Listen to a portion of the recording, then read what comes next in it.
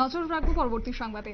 আজ ৭৮তম স্বাধীনতা দিবসকে কেন্দ্র করে গোটা রাজ্য জুড়ে এই মহতী অনুষ্ঠানকে পালন করা হচ্ছে। এরই ছবি এবার দেখা গেল মোহনপুর মহকুমার প্রত্যেকটি বিধানসভায় অন্য মাত্রা পেয়েছে। মহকুমা ভিত্তিক মূল অনুষ্ঠানটি উদযাপিত হয়েছে মোহনপুর দ্বাদশ শ্রেণী স্কুলের মাঠে এবং মূল অনুষ্ঠানে পতাকা উত্তোলন করেন রাজ্যের মাননীয় প্রতিমন্ত্রী বৃষকেতু দেববর্মা।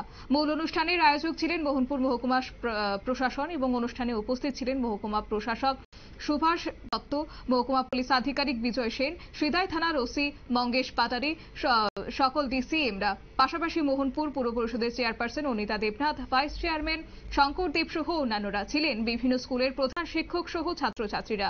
অনুষ্ঠানে প্যারেড প্রদর্শন করেন সিদাই থানার আরক্ষা কর্মীরা। এছাড়া বিভিন্ন সাংস্কৃতিক অনুষ্ঠান মঞ্চস্থ করেন মোহনপুর দ্বাদশ শ্রেণী বিদ্যালয়, মোহনপুর গার্লস স্কুল, স্টেট আন্তেরি এবং ভবন ত্রিপুরা হলিক্রস স্কুল সহ অন্যান্য সাংস্কৃতিক সংগঠনগুলি আজকের এই অনুষ্ঠানে উপস্থিত ছিলেন। কি রয়েছে বিস্তারিত বিষয় শুনুন।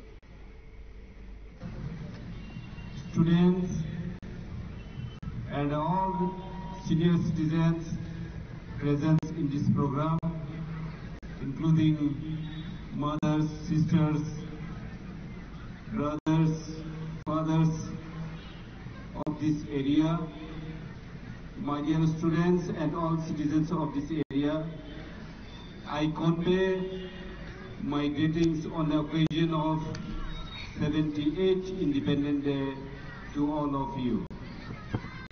We all know the British has entered in the name of East India Company in preview of trade.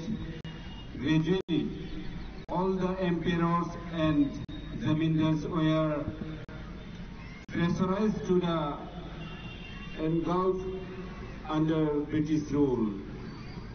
Slowly the British started their inhuman torture upon the people of India. Thereafter, all the valuable products of India. আপনারা শুনলেন রাজ্যের মাননীয় প্রতিমন্ত্রী বৃষকেতু দেববর্মার বক্তব্য। এবং আজ সকাল 9:10 পতাকা উত্তোলন করেন বৃষকেতু দেববর্মা। যথাযোগ্য মর্যাদায় মোহনপুর মহকুমায় বিভিন্ন ব্লক এবং সরকারি প্রতিষ্ঠানগুলিতে ৭৮তম স্বাধীনতা দিবস উদযাপন করা হয়েছে। নিয়ে নিচ্ছি ছোট্ট একটি বিজ্ঞাপন বিরতি, সঙ্গে থাকুন।